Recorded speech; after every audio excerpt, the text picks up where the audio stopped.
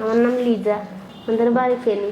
আমার ছেলে গাড়টা একদম লুজ ছিল, একদম মানে গাড় পিছনের দিকে ফেলানো থাকতো, দাঁড়াইতে পারতো না, বসতে পারতো না। এখন মানে গাড়টা একটু আগে থেকে একটু ইয়ে হয়েছে, তোলার চেষ্টা করে। আগে মানে কথা বলতো না, এখন ডাকলে করে জবাব দে, বুঝে, তাকায়। হ্যাঁ, আগের থেকে একটু ভালো আছে।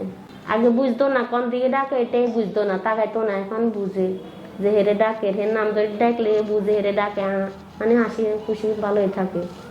এখানে ইমাম হোসেনকে এ নিয়ে আমরা 6বার দেখাইতেছি। পরিবর্তন হয়েছে, মানে গাড়টা একটু আগে থেকে শক্ত আছে এটা, আর মানে কথা বলার চেষ্টা করে এটাই।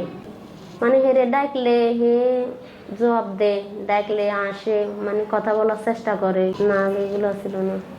কারণ আগে তো হেরে ডাকলে হে বুঝতে না, তাকাইতে না। এখন হেরে ডাকলে হে বুঝে, যে মানুষগুলোকে সবসময় দেখে, এরা ডাকলে বুঝে, চিনে। আগে থেকে একটু ভালো আছে, আগে বুঝতো না, তাকাইতো না।